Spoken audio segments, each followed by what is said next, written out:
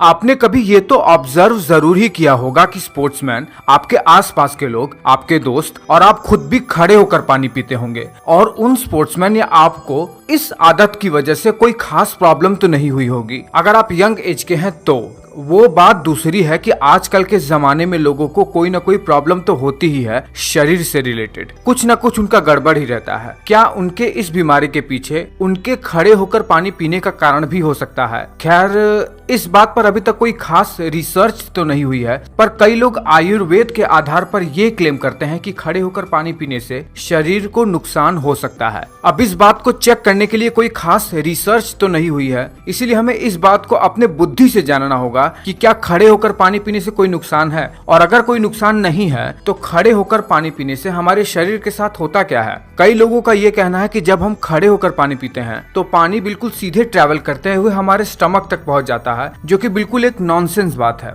मैं आपको अपने एक वीडियो में ये बात बता चुका हूँ कि भोजन का पाचन कैसे होता है और पानी का पाचन कैसे होता है। उसमें मैंने आपको ये बताया है कि जब भी कोई फूड या लिक्विड हमारे ईसोफेगस से होकर नीचे की ओर गुजरता है तो वो पेरिस्टाल्सिस मूवमेंट के थ्रू पेट में जाता है, जो कि मसल का कॉन्ट्रैक्शन की वजह से होता है। इसीलिए आप कितना भी तेजी से पानी पिएं, पेट में पानी या भोजन तो पेरिस्टाल्सिस मूवमेंट के थ्रू ही जाएगा। फिर वहां से वो छोटी आंत में और बड़ी आंत से होते हुए पानी जब अब्सॉर्ब होता है ब्लड में, वहां से किडनी से फिल्टर होकर शरीर से निकलता है। इसीलिए यह बात तो बिल्कुल इलॉजिकल है कि खड़े होकर पानी पीने से पानी बिल्कुल सीधे ही हमारे पेट से निकल जाता है। खड़े होकर पानी पीने से और हमारे शरीर से जो संबंध होता है वो केवल और केवल नर्वस सिस्टम से ही जोड़ा जा सकता है, वो भी ऑटोनॉमिक नर्वस सिस्टम से। ऑटोनॉमिक नर्वस सिस्टम क्या होता है? जो हमारे शरीर के अंदर जो वाइटल ऑर्गन है उनके फंक्शंस को रेगुलेट करता है बिना हमारे इच्छा के। जैसे हम सांस लेते हैं तो हम चाह कर भी उसे रोक नहीं सकते हैं। हमारा जो फूड का डाइजेशन होता है उस पर हमारा कोई वश नहीं है,